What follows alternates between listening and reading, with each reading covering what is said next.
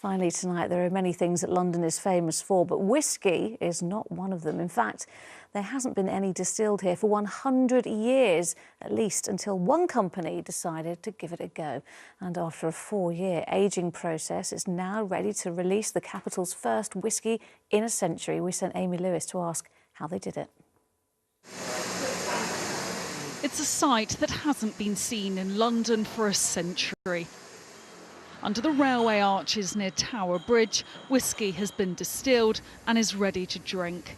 I'm Irish, so I think whisky is a tremendously important drink. It's the water of life, and it makes perfect sense to all of us working here that London, which is a great melting pot, and our team is made up of people from Ireland, England, Italy, and God knows where else, that we should be creating the world's greatest spirit in the world's greatest city. There are distilleries dotted around London, but the last one to make whisky closed down in Stratford more than 100 years ago.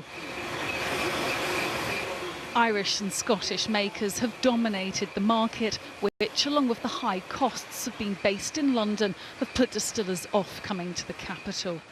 The London Distillery Company, which started 5 years ago, has relied on gin sales to keep them afloat.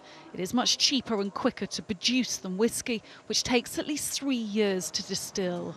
The rye goes into the mashing tun with the wort and the yeast, and after 7 hours of it mashing together, we produce alcohol. So this is a still.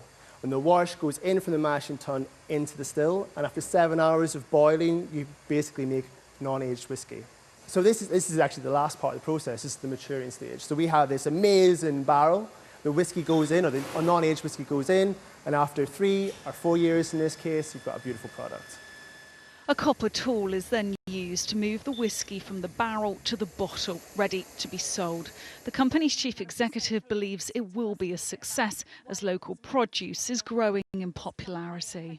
There just seems to be an ever-increasing demand for products that aren't just great quality, but actually of real provenance, because people more and more want to know where is their food coming from, where's their drink coming from, and they like to be able to, meet the maker, or, go to a place and say, well, the food miles on this aren't too bad.